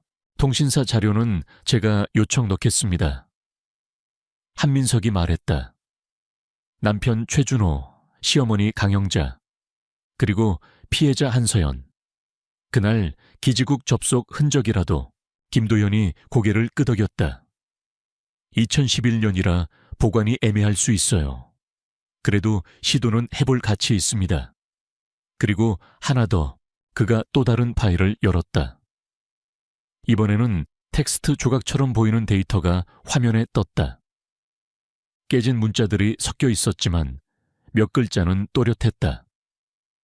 엄마라는 두 글자, 그리고 그 다음 줄에 문이라는 글자. 열지막가 완전한 형태는 아니었지만 그 문장은 그 자체로 방향을 가리켰다. 서지현이 조용히 말했다. 피해자가 남기려 했던 경고일 수도 있어요. 한민석은 그 문장을 한 번 더 읽었다. 엄마, 문, 열지마. 그 문장은 2011년의 준호에게도 2016년의 자신에게도 동시에 말하는 것 같았다. 어떤 문은 열리지 않아야 하고 어떤 문은 반드시 열어야 한다고. 그날 저녁 한민석은 최준호와 강영자를 소환하기 위한 서류를 올렸다. 오래된 사건을 다시 꺼내는 일은 늘 조심스럽다. 그러나 이번엔 달랐다. 유골이 있고 반지가 있고 돌무더기가 있고 그리고 지워지지 않은 사진이 있었다. 무엇보다 공기가 바뀌었다. 2011년에는 추정이었지만 2016년에는 증명이 가능해지고 있었다. 한민석은 서류를 정리하다가 마지막으로 복구된 이미지 파일을 다시 띄웠다. 숫자가 빼곡한 종이, 그 종이 오른쪽 아래에 반복되는 표시 하나가 있었다. 단순한 기호 같았는데 이상하게도 사람처럼 보였다. 사람의 옆모습 같은, 누군가를 표시하는 부호 같은. 그리고 그 부호 옆에 아주 작게 적힌 글자 하나가 있었다. 다음, 한민석은 화면에서 눈을 떼지 못한 채 혼잣말처럼 말했다. 이게 한 번이 아니었나? 그림자 데이터가 가리킨 밤길. 2016년의 조사실은 오래된 거짓말을 견디기 위해 만들어진 공간처럼 차갑다. 창문이 없는 방, 흰 벽, 낡은 탁자, 그리고 형광등이 만드는 사람을 평평하게 만드는 빛. 한민석은 그 빛 아래서 서류를 한 장씩 넘기며 시간을 다시 조립하고 있었다. 한서연 실종, 2011년 9월. 유골 발견, 2016년 10월. 그 사이에 5년은 단순한 공백이 아니라 누군가가 의도적으로 만든 침묵의 시간이었다. 김도현이 출력물을 들고 들어왔다. 종이는 얇았지만 그 안의 숫자들은 무거웠다. 통신사에서 최대한 뽑아줬습니다. 김도현이 말했다. 2011년이라 세부 위치 기록은 거의 없어요. 대신 요금 정산용 기지국 접속 이력, 핸드오버 로그 일부, 그리고 삭제된 데이터 복구 결과까지 합쳐서 그림자 경로는 만들 수 있습니다. 한민석은 그림자 경로라는 말을 조용히 따라했다. 사람의 몸에서도 사건에서도 확실한 흔적이 없을 때 남는 건 그림자다. 그 그림자는 오히려 솔직하다. 의도적으로 꾸미기 어렵기 때문이다. 김도현이 종이를 펼쳐 보였다. 피해자 한서연 씨 폰은 당일 오후 5시에 마지막으로 집 근처 기지국에 붙었다가 18시 이후부터는 접속 자체가 끊겨요. 배터리 방전처럼 보일 수도 있는데 이게 이상합니다. 뭐가요? 전원이 꺼진 패턴이 아니라 심히 분리된 패턴이에요. 김도현은 한 장을 더 넘겼다. 정확히는 피해자 번호가 종료되는 순간과 같은 시간대에 시댁 와이파이 공유기 로그에 짧게 붙었다 떨어지는 패턴이 겹칩니다. 시간이 짧아서 2011년 당시엔 의미가 없었겠지만 지금은 손이 닿았던 순간으로 볼 수 있어요. 한민석은 종이를 내려다보며 물었다. 누가 만졌는지까지는 못 보죠. 못 봅니다. 김도현이 고개를 끄덕였다.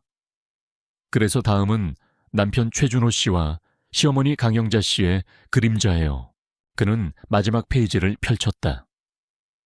기지국 코드들이 수직으로 나열된 표. 숫자들은 단순한 코드처럼 보였지만 김도현에게는 길이었다. 어느 도로를 탔고 어느 갈림길에서 꺾었고 어느 순간에 멈췄는지 보여주는 흔적. 최준호 애쉬폰. 김도현이 낮게 말했다. 당일 밤 22시 전후에 성환읍에서 북쪽으로 한번 붙었다가 23시 대에는 광덕산 방향의 기지국 영역으로 이동합니다. 그 뒤 새벽 1시에 다시 성환으로 돌아오는 패턴이 있어요. 한민석은 숨을 한번 삼켰다. 2011년 기록에선 그 밤이 그냥 지나갔다. 제사 준비로 다들 피곤했다는 말 한 줄로 덮였다. 그런데 그림자 데이터는 그 밤이 이동의 밤이었다고 말하고 있었다.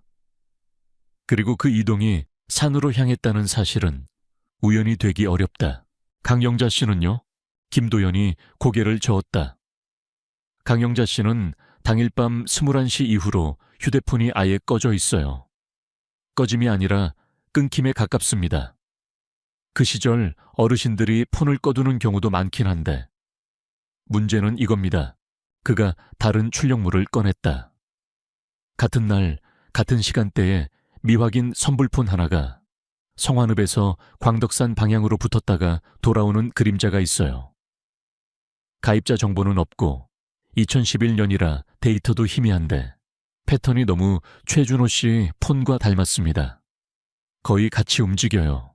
한민석은 그 문장을 머릿속에서 다시 정리했다. 한 대는 남편의 폰, 한 대는 가입자 없는 선불폰, 그리고 두 대가 같은 길을 간다. 그건 두 사람이 함께 움직였다는 뜻이거나 한 사람이 두 대를 동시에 들고 있었다는 뜻이다. 어느 쪽이든 공동이라는 결론으로 모였다. 서지현이 회의실 문을 열고 들어왔다. 그녀는 얇은 파일을 한민석 앞에 놓으며 말했다. 부검 소견 보강입니다. 한민석이 파일을 열었다. 문장들은 감정 없이 쓰여 있었지만 그 감정 없음이 오히려 사건을 더 잔인하게 만들었다. 사인은 둔기에 의한 두부 손상으로 보는 게 타당합니다. 서지현은 종이를 손끝으로 가리켰다.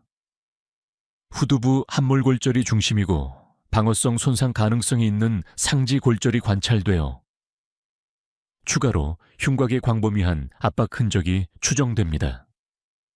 매장 과정에서 눌렸을 가능성도 있지만 쓰러진 뒤 체중이 실렸거나 압박이 있었을 가능성을 배제하긴 어려워요. 한민석은 고개를 끄덕였다. 한 번에 끝난 게 아니라는 말이군요. 서지현은 잠깐 망설이다가 말했다. 그리고 옷감에 남은 섬유 조각이 있어요. 방수포 계열. 그녀는 말을 아끼듯 덧붙였다. 현장 방수포와 유사합니다. 즉, 산에서 즉흥적으로 처리한 게 아니라 집에서 준비된 물건으로 옮겼을 가능성이 큽니다. 준비, 계획. 그 단어들이 강영자의 얼굴과 자연스럽게 붙었다. 한민석은 종이를 덮고 자리에서 일어났다. 소환하죠, 오늘. 최준호는 조사실에 들어올 때부터 웃으려는 얼굴을 하고 있었다. 웃음은 위로가 아니라 방어였다. 그는 손가락을 꼼지락거리며 자리에 앉았고 한민석이 물컵을 앞에 놓아주자 감사합니다를 너무 빠르게 말했다. 너무 빠른 감사는 보통 마음이 급하다는 증거다. 2011년 9월 그날 밤 기억나십니까? 한민석이 묻자 준호는 고개를 끄덕였다. 그럼요. 제사 준비하고 정신 없었죠. 밤이 어디 갔습니까? 준호는 잠깐 멈췄다가 말했다. 집에 있었죠. 다음날 제사가 있으니까요. 혼자? 아니, 어머니랑. 준호는 시선을 바닥으로 떨궜다. 아버지도 계셨고요. 한민석은 그 대답이 얼마나 익숙한지 알고 있었다. 가족 알리바이는 완벽한 것처럼 보이지만 사실은 가장 쉽게 찢어진다. 다만 찢어질 때까지 시간이 오래 걸릴 뿐이다. 한민석은 책상 위에 사진 한 장을 올렸다. 복구된 썸네일 이미지, 숫자가 빼곡한 종이 뭉치였다. 준호의 눈이 그 사진에 닿는 순간 아주 짧게, 정말로 짧게 눈동자가 흔들렸다. 사람은 놀라면 눈이 먼저 도망친다. 이거 아십니까? 한민석이 묻자 준호는 억지로 웃었다. 저게 뭔데요? 한민석은 웃지 않았다. 서연 씨 휴대폰에서 복구된 이미지입니다. 준호의 목젖이 크게 움직였다. 휴대폰요? 서연이 폰은 저희가 못 찾았는데 2016년 광덕산에서 같이 나왔습니다. 한민석은 말을 천천히 눌러 말했다. 완전히 망가지진 않았어요. 지워진 것도 완전히 지워지진 않았고요. 준호의 손이 무릎 위에서 살짝 움켜쥐어졌다. 한민석은 그 손을 보고 계속했다. 당신이 지웠습니까? 준호는 잠깐 숨을 들이켰다가 아니요, 그런 적 없습니다 라고 말했다. 그런데 그 말은 너무 단정했다. 단정은 준비된 말이다. 기억을 더듬는 사람이 아니라 대본을 읊는 사람의 말투. 한민석은 다음 종이를 꺼냈다. 통신사 정상이록과 기지국 접속 이력을 정리한 도표. 그는 숫자를 읽지 않았다. 숫자의 의미를 읽었다. 2011년 그날 밤 23시대 당신 휴대폰이 광덕산 방향 기지국으로 이동했습니다. 한민석이 말했다. 그리고 새벽 1시에 다시 돌아왔죠. 준호의 얼굴에서 혈색이 빠졌다. 그건 기지국이 넓게 잡히니까 오차는 무작위입니다. 김도현이 옆에서 낮게 말했다. 이건 오차가 아니라 경로입니다. 같은 순서로 붙었습니다. 준호는 고개를 흔들었다. 저는 그날 집에 있었어요. 한민석은 그 말을 기다렸다는 듯이 마지막 카드를 꺼냈다. 복구된 텍스트 조각. 엄마와 문이 남아있던 데이터. 서연 씨가 남긴 글자일 가능성이 높습니다. 한민석은 준호를 똑바로 보며 말했다. 엄마, 문 열지 마. 준호의 입술이 하얗게 굳었다. 그는 그 단어들이 무엇을 의미하는지 안다. 안다는 게 그의 표정에 찍혔다. 한민석은 조용히 말했다. 그날 창고문을 열지 않았죠. 준호는 반사적으로 무슨 소리냐고 내뱉으려다 입을 닫았다. 입을 닫는 순간이 있었다. 사람이 스스로를 배신하는 순간이다. 그는 그 순간을 너무 오래 유지하지 못하고 결국 고개를 돌렸다. 저는 모르겠어요. 그때 조사실 문이 열리고 강영자가 들어왔다. 강영자는 조사받으러 온 사람처럼 보이지 않았다. 단정한 머리, 얇은 니트, 손목에 금색 팔찌. 그녀는 자리에서 천천히 앉았고 물컵도 손대지 않았다. 눈물도 없었다. 흔들림도 없었다. 오히려 내가 왜 여기 있어야 하냐는 종류의 평정이 있었다. 한민석이 물었다. 2011년 그날 밤 어디 계셨습니까? 강영자는 한 번도 망설이지 않고 말했다. 집에 있었지요. 제사 준비하느라 바빠서 어디 나갈 정신이 없었습니다. 휴대폰은 왜 꺼져 있었습니까? 강영자는 눈을 한번 깜빡였다. 나이 들면 밤에 전화 오는 게 싫어서요. 전 늘 그렇게 합니다. 한민석은 고개를 끄덕이며 종이를 올렸다. 그런데 같은 밤 가입자 없는 선불폰이 당신 집 근처에서 광덕산 방향으로 이동합니다. 최준호 씨 폰과 같이요. 강영자의 표정이 처음으로 아주 미세하게 흔들렸다. 흔들림은 금방 다시 단정으로 덮였지만 한민석은 이미 그 틈을 봤다. 강영자는 잠깐 준호 쪽을 흘끗 보았다. 눈빛은 정리해였다. 말없이 명령하는 눈. 준호가 입을 열었다. 어머니는 몰랐어요. 한민석은 그 문장을 끊지 않았다. 끊으면 준호는 다시 다친다. 사람은 말을 시작한 순간에 가장 약하다.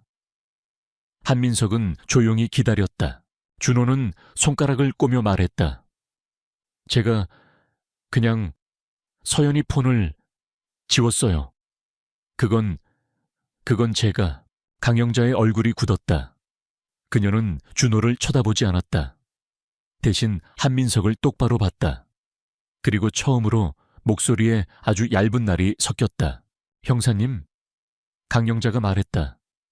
사람이 실수도 하고 가족이란 건 서로를 지키는 겁니다. 아들이 겁이 나서 뭘 잘못했을 수도 있지요. 그게 살인입니까? 그 말은 방어가 아니라 방향 전환이었다.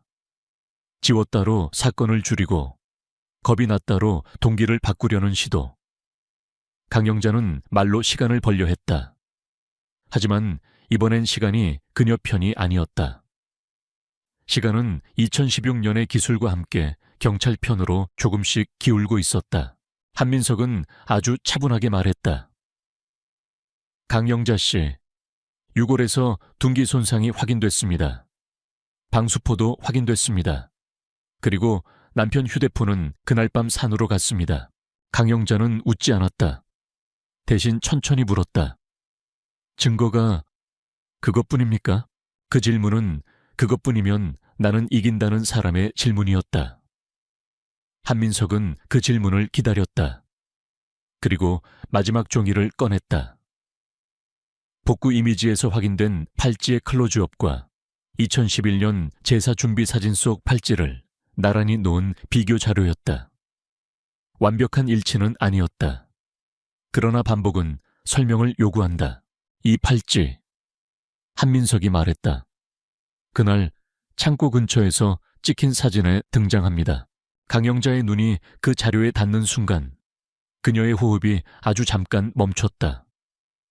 숨이 멈추는 순간은 사람이 머릿속에서 다음 수를 계산하는 순간이다. 그녀는 다시 숨을 들이켰고 그 숨을 내쉬면서 표정을 정리했다. 정리된 얼굴이 돌아왔다. 그러나 이번엔 한민석이 그 정리를 두려움으로 읽었다. 준호가 갑자기 고개를 들었다. 눈이 붉었다. 그리고 그가 말했다. 엄마, 그만해요. 그 한 문장이 조사실의 공기를 바꿨다. 강영자는 준호를 처음으로 정면으로 봤다. 눈빛이 달라졌다. 아들이 아니라 변수를 보는 눈. 그때 김도연의 휴대폰이 진동했다. 그는 메시지를 확인하고 한민석에게 아주 낮게 말했다. 형사님, 추가 복구 파일 방금 하나 더 열렸습니다. 메모장 조각인데 반복 기호가 있고 옆에 이름이 몇 개 더 있어요. 한민석은 잠시 눈을 감았다 떴다. 제사장에서 봤던 그 작은 표시, 그리고 그 옆에 다음. 그 다음이 단지 수사의 다음 단계가 아니라 더 많은 이름의 다음일 수도 있다는 생각이 목을 조였다. 그는 강영자를 바라보며 말했다. 강영자 씨, 오늘은 여기서 끝내지 맙시다. 당신이 말하지 않으면 우리가 당신 집부터 다시 열겠습니다. 강영자는 아주 천천히 입꼬리를 올렸다. 웃음이 아니라 시간을 계산하는 표정이었다. 그리고 그녀는 단 한마디만 남겼다. 열어보세요. 그럼 더 많은 걸 보게 될 겁니다. 한민석이 조사실 문을 나서는 순간 복도 끝에서 후배 형사가 뛰어왔다. 얼굴이 하얗게 질려 있었다. 형사님, 시댁 쪽 압수수색 들어갔는데요. 후배가 숨을 몰아쉬며 말했다. 뒷창고 바닥 아래가 한 번이 아닙니다. 돌무더기 아래 남은 것.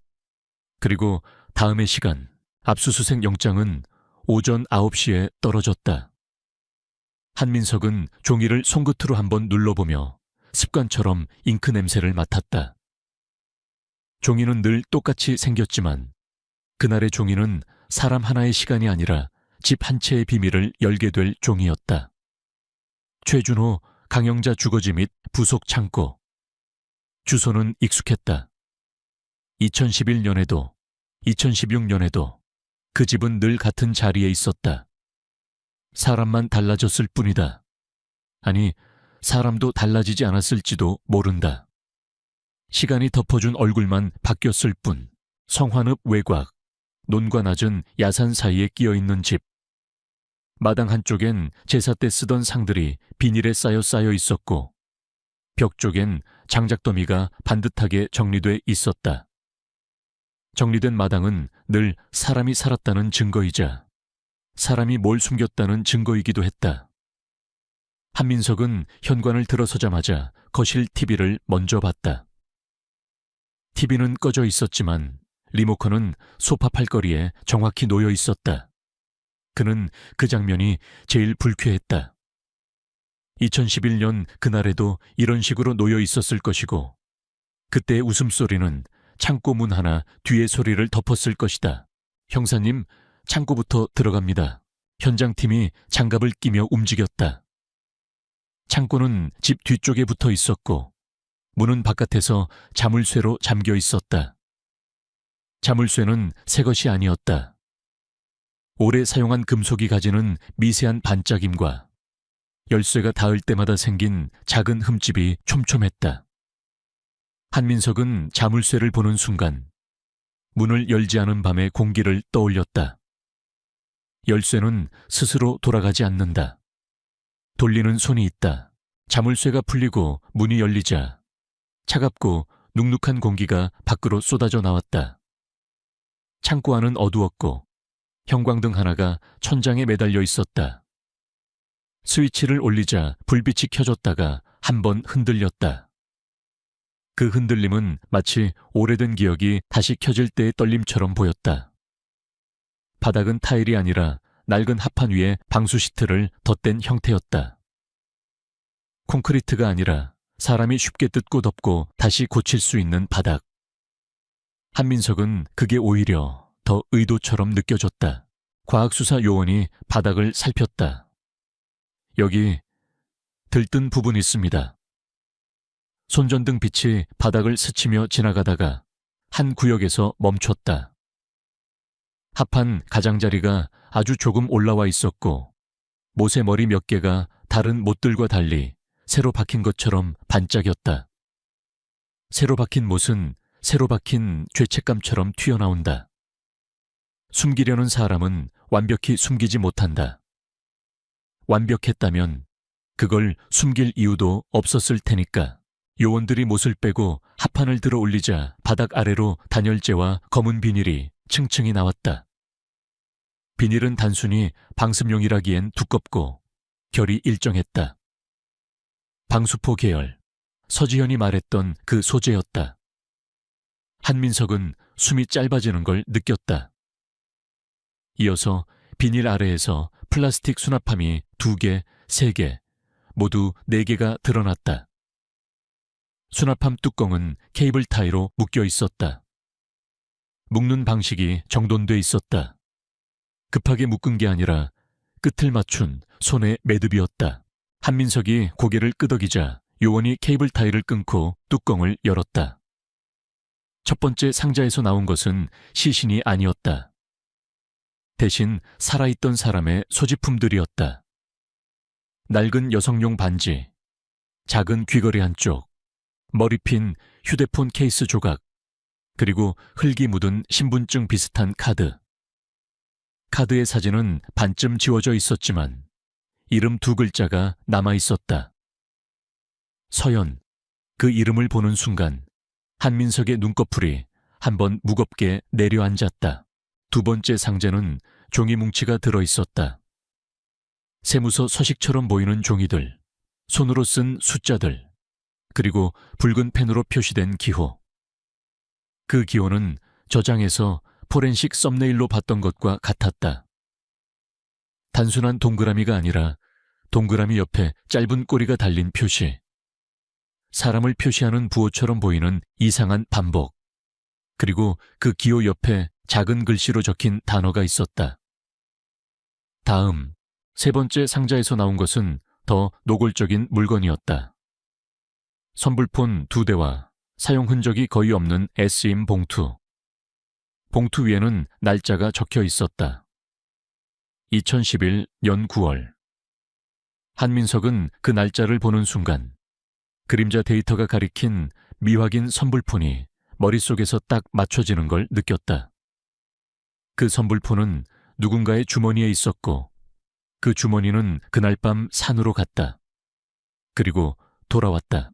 4번째 상자는 비어 있었다. 비어 있음은 때때로 가장 큰 말이다. 이미 꺼내 다른 곳으로 옮겼거나 원래부터 비워둘 자리였거나. 한민석은 상자 바닥에 물기 자국을 봤다. 물기 자국은 오래된 것이었고 모서리에 흙이 끼어 있었다. 여기에도 무언가가 있었다가 사라졌다는 증거. 그리고 그 증거는 지금이 아니라 다음을 가리키는 손가락 같았다. 형사님, 혈흔 반응 있습니다. 다른 요원이 루미놀 시약을 뿌린 뒤 조명을 낮췄다. 창고 바닥 한쪽 합판과 벽이 만나는 부분에서 희미한 형광 반응이 나타났다. 누군가 닦아낸 자리. 닦아낼수록 더 넓게 번지는 반응. 지워진 흔적이 아니라 지워지려다 실패한 흔적. 한민석은 그 빛을 보며 확신했다. 2011년의 사건이 이 창고에서 시작되었고 적어도 여기서 결정적인 무엇이 일어났다는 것. 그 무엇이 바로 둥기였든 문이었든 둘 다였든 서지현의 소견이 다시 머릿속에서 살아났다. 후두부 함몰, 방어성 손상, 추가 압박 가능성. 한민석은 그 순간 장면을 상상하지 않으려 했다. 상상은 증거가 아니다. 그러나 증거는 상상을 부른다. 그는 상상을 증거로 바꾸기 위해 다음 질문을 준비했다. 소환이 아니라 긴급 체포로 바뀌는 데는 시간이 오래 걸리지 않았다. 최준호는 조사실에서 다시 앉았다. 이번엔 웃으려 하지 않았다. 얼굴은 잿빛이었고 손끝은 제멋대로 떨렸다. 강영자는 체포된 뒤에도 표정이 거의 변하지 않았다.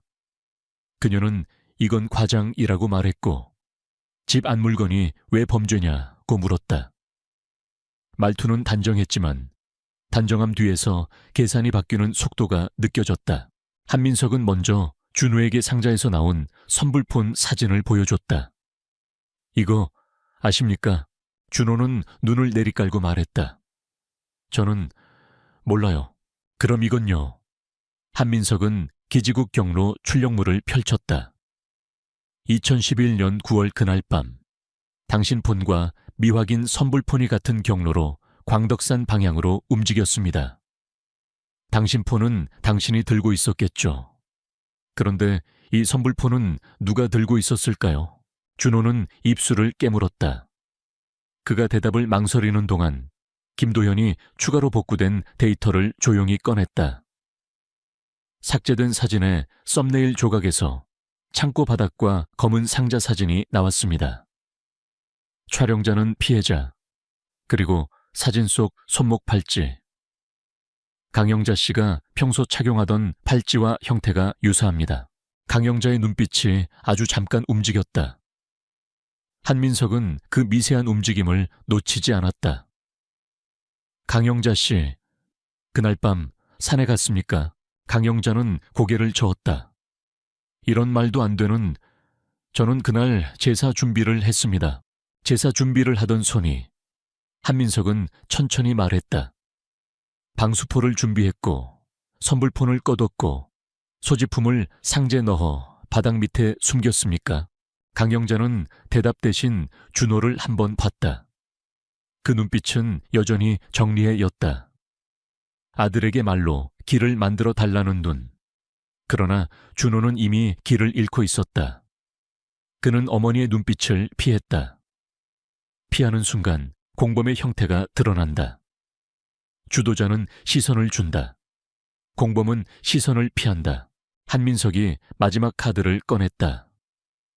서지현의 보강 소견서, 그리고 광덕산 돌무더기의 현장 감정 결과였다. 돌무더기요. 자연 북락이면 돌이 방향성을 가지고 쌓입니다.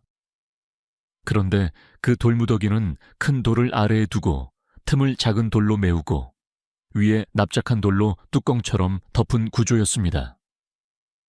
바닥엔 잎, 낙엽층이 거의 없었고 돌 아래 토양은 눌림이 비정상적으로 컸습니다. 그리고 가장 중요한 건 돌의 아랫면 이끼 성장 상태가 위쪽과 다릅니다. 돌이 오래 그 위치에 있었으면 이끼와 오염이 비슷해야 하는데 아랫면은 뒤늦게 땅을 본 흔적이 있었어요. 한민석은 준호를 똑바로 봤다. 당신이 돌을 옮겼죠. 돌이 사람 손을 기억합니다. 준호의 턱이 떨렸다. 한민석은 거기서 멈추지 않았다. 그리고 부검 결과 사인은 둔기에 의한 두부 손상으로 판단됩니다. 방어성 손상이 있었어요. 피해자가 저항했습니다. 즉 단순 사고가 아니고 단순 실종이 아닙니다. 누군가가 피해자의 시간을 끊었고 누군가가 그 뒤를 정리했습니다. 준호는 결국 고개를 숙였다. 숨이 끊어질 듯 길게 나가더니 아주 작은 목소리로 말했다. 엄마가 강영자의 얼굴이 처음으로 굳었다. 굳음은 분노가 아니라 계획이 무너질 때의 경직기였다. 준호는 말을 이어가려다 울컥했지만 이번엔 멈추지 않았다. 사람은 한 번 말하기 시작하면 거짓말이 아니라 진실이 자신을 밀어낸다. 서연이가 장부를 봤어요. 제사 준비한다고 창고에서 물건 꺼내라. 엄마가 그렇게 시켰고요. 서연이는 그 종이들 보고 경찰에 가겠다고 했어요. 저는 빚이 있었고 엄마는 준호는 손으로 얼굴을 가렸다. 엄마가 그날 집 안에서 전화했어요. 밖에 있는 척하면서 서연이를 창고로 보내려고요. 한민석은 숨을 고르며 묻지 않았다. 어떻게는 지금 당장 필요하지 않았다. 누가와 왜가 먼저였다. 그러나 준호는 스스로 어떻게로 흘러갔다. 그게 자백의 특징이다. 숨기려던 장면이 혀끝으로 새어나온다. 서연이가 창고에서 소리 지르려고 했는데 엄마가 준호의 목소리가 갈라졌다. 그때 TV가 거실에서 너무 크게 웃고 있었어요. 서연이 목소리가 묻혔어요. 저는 문 앞에 있었는데 열지 않았어요. 그 한 문장이 조사실 바닥에 떨어졌다. 열지 않았다. 그 말은 때리지 않았다는 의미가 아니었다. 막지 않았다도 아니었다. 그 말은 동의했다에 가까웠다. 동의는 폭력보다 조용하지만 결과는 같다. 한민석이 조용히 물었다. 그 뒤는요. 준호는 눈물을 삼키며 말했다. 엄마가 방수포를 꺼냈고 저한테 장갑을 줬어요. 돌이 필요하다고. 광덕산으로 갔어요, 밤에. 제가 운전했고 엄마가 길을 알았어요. 너무 잘 알아서 준호는 입술을 떨었다. 돌을 쌓았어요. 자연처럼 보이게. 근데 자연처럼 안 보일까봐 더 정돈했어요. 강영자는 그제야 입을 열었다. 그만해. 목소리는 낮았지만 그 안에 오래된 권위가 있었다. 그러나 권위는 진실 앞에서 무너진다. 한민석은 강영자를 바라보며 말했다. 강영자 씨, 지금 이건 아들이 당신을 배신하는 게 아니라 당신이 아들을 공범으로 만든 결과입니다. 강영자는 끝까지 나는 몰랐다는 길로 갈 수 있었다. 하지만 그녀는 준호의 말이 증거와 맞물리는 걸 알고 있었다. 방수포, 선불폰, 창고 바닥 아래 상자, 이끼 성장 차이, 통신 로그의 그림자 경로, 그리고 유골의 손상 소견. 그녀가 계산할 수 있는 수는 줄어들고 있었다. 계산이 줄어드는 사람은 마지막에 감정이 튀어나온다. 강영자는 한민석을 똑바로 봤다. 그 종이들, 그 장부, 그건 우리만의 일이었어요. 며느리가 건드리면 안 되는. 그녀는 잠깐 숨을 골랐다. 그 애가 너무 똑똑했어요. 너무 앞서갔고 가족을 깨는 건 정의가 아니에요. 한민석은 그 문장을 오래 듣지 않았다. 그는 조용히 말했다. 정의가 아니라도 살인은 살인입니다. 재현 감정은 다음 날 새벽에 진행됐다. 광덕산 입구의 공기는 10월답게 차가웠고 산길은 밤사이 내린 이슬로 미끄러웠다. 준호는 수갑을 찬 채로 길을 걸었다. 걸음걸이가 무거웠고 무거운 걸음은 죄책감보다 공포에 가깝다. 자신이 했던 일을 다시 보는 공포. 자신이 쌓았던 돌을 다시 마주하는 공포. 돌무더기는 그대로였다. 단단하게 쌓인 돌들은 비바람에도 버텼고 그 버팀은 누군가의 의도가 얼마나 집요했는지 보여줬다. 현장 감정팀은 돌의 배치와 토양 눌림을 다시 측정했고 서지현은 2차 소견을 위해 매장 환경과 유골의 위치를 기록했다. 한민석은 그 과정을 보며 생각했다. 사람은 숨겼다고 믿지만 자연은 숨김을 고발한다. 특히 자연을 흉내내는 순간 인간의 손은 더 눈에 띈다. 준호는 돌무더기 앞에서 멈췄다. 그는 말을 하지 못했다. 말을 하면 자기 숨이 들릴 것 같았다. 한민석이 낮게 말했다. 여기였죠. 준호는 고개를 끄덕였다. 그리고 마침내 아주 조용히 말했다. 엄마가 마지막 돌을 올렸어요. 제가 옆에서 작은 돌로 틈을 메웠고요. 흔들리면 안 된다고. 그 말은 돌무더기의 구조와 정확히 일치했다. 큰 돌, 틈 메움, 납작한 덮개. 사람의 손이 만든 안전한 무덤. 그 안전함은 피해자에게는 단 한 번도 주어지지 않았던 안전이었다. 사건은 그렇게 마무리되는 듯 보였다. 강영자는 살인 및 사체유기 혐의로, 준호는 공범으로 기소됐다. 준호는 조사 과정에서 추가로 진술했다. 자신이 휴대폰 사진을 삭제했고 선불폰을 함께 들고 이동했으며 유기 현장에 돌을 쌓는데 직접 손을 보탰다고. 그 진술은 그를 살려주지 못했다. 공범은 하지 않았다가 아니라 함께 했다로 판명될 때 더 무겁다. 그럼에도 한민석의 마음은 가볍지 않았다. 사건이 끝나면 박스가 닫히고 서류가 정리되고 세상은 또 다른 뉴스로 움직인다. 하지만 어떤 사건은 끝났는데도 끝나지 않는다. 특히 다음이라는 단어가 남은 사건은 더 그렇다. 며칠 뒤 한민석은 증거물 분석실에서 창고 바닥 아래에서 나온 종이 뭉치를 다시 봤다. 숫자들, 이름들 기호. 그 기호는 단순한 표시가 아니었다. 반복되는 표시 옆에는 다른 이름들이 있었다. 지역도 달랐다. 날짜도 달랐다. 그리고 한 페이지 모서리에 연필로 눌러 쓴 숫자가 하나 더 있었다. 1404. 한민석은 그 숫자를 손끝으로 한번 문질렀다. 17시 40분이 한서연의 시간이었다면 14시 4분은 누구의 시간일까? 그는 종이를 덮지 못했다. 덮는 순간 또 하나의 돌무더기가 자연이 될지도 모르니까. 한민석은 조용히 파일을 들고 서랍에 넣지 않았다. 대신 사건 접수함 위에 올려두었다. 올려두는 행동은 말보다 큰 선언이 된다. 그리고 그는 생각했다. 돌무더기 아래에서 나온 것은 유골만이 아니었다. 한 가정의 비밀, 한 아들의 침묵, 한 어머니의 계산, 그리고 다음의 시간이 함께 나왔다. 그 시간이 다시 움직이기 시작하면 이번에는 또 어떤 문이 닫혀 있을까?